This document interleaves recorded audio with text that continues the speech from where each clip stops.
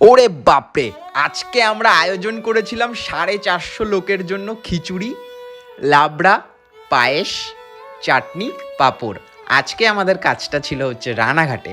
রানাঘাটে কিন্তু আমাদের প্রচুর বন্ধুদের সাথে আমার দেখা হয়ে গেছে, আমার যারা সাবস্ক্রাইবার। তাই এখন থেকে কিন্তু আমরা চেষ্টা করছি আস্তে আস্তে কৃষ্ণনগর অবধি যাওয়ার, মানে ধরো চাকদা, রানাঘাট, এই অঞ্চলগুলোতে কাজ করার জন্য। তাই তোমাদের যদি বাড়ির কোনো রিকোয়ারমেন্ট থাকে, পুজো হতে পারে, বিয়ে হতে পারে, পৈতে হতে পারে, জন্মদিন হতে পারে, যে কোনো রকম অনুষ্ঠানের জন্য কিন্তু তোমরা যোগাযোগ করতে পারো শ্রী ভেঙ্কটেশ ক্যাটারার।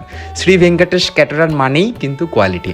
আজকের কাজটা অসাধারণভাবে হয়েছে, মা কালীর কৃপাতে হয়েছে। আজকে মা কালীর পুজো ছিল, তো মা কালীর পুজোতে আজকে আমরা ভোগ বিতরণ করতে পেরেছি এবং এটা আমার খুবই ভালো লেগেছে।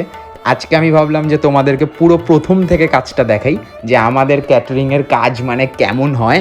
তো আজকে তোমরা দেখতেই পাচ্ছ যে খিচুড়ি, লাবড়া এবং কাজুর কোয়ালিটি দেখো, জাস্ট কাজু, এটা গুঁড়ো দুধ, এবং আমরা কিন্তু পায়েসটা লিকুইড দুধেও বানাচ্ছি প্লাস গুঁড়ো দুধেও বানাচ্ছি, যেন কোয়ালিটি ভালো থাকে। আর এখানে এরকম পাকা কুমড়ো, এই কুমড়োটা না, মানে এই সবজি বাজারটা আমি রানাঘাট অঞ্চল থেকেই কিনেছি।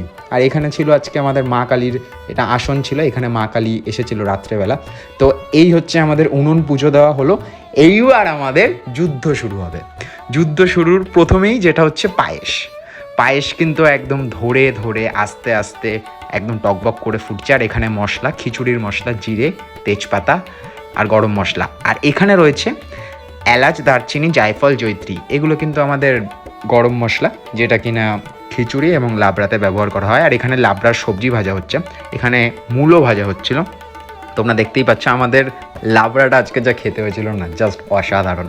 তাই তোমাদের বাড়ির ভোগে, স্পেশালি তোমরা যদি ভোগের খাবারের জন্য অর্ডার করতে চাও, তাহলেও অর্ডার করতে পারো শ্রী ভেঙ্কটেশ ক্যাটারারকে।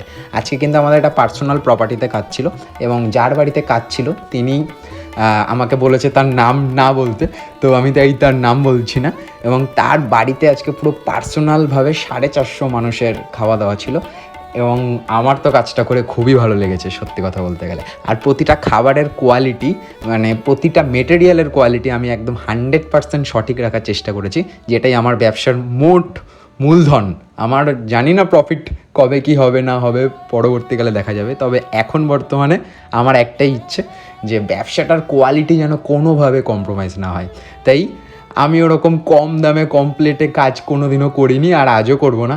আর চেষ্টা করব যে যেমন আমি ন্যায্য দাম নিয়ে এসেছি বরাবর, আমি বরাবরই ন্যায্য দাম নেব। আমাদের খিচুড়ি রেডি হয়ে গেছে, আজকে কিন্তু জাস্ট খিচুড়িটা অসাধারণ হয়েছিল। প্লিজ সাবস্ক্রাইব দ্য বং ফাটাফাটি এরকম ভিডিও দেখার জন্য।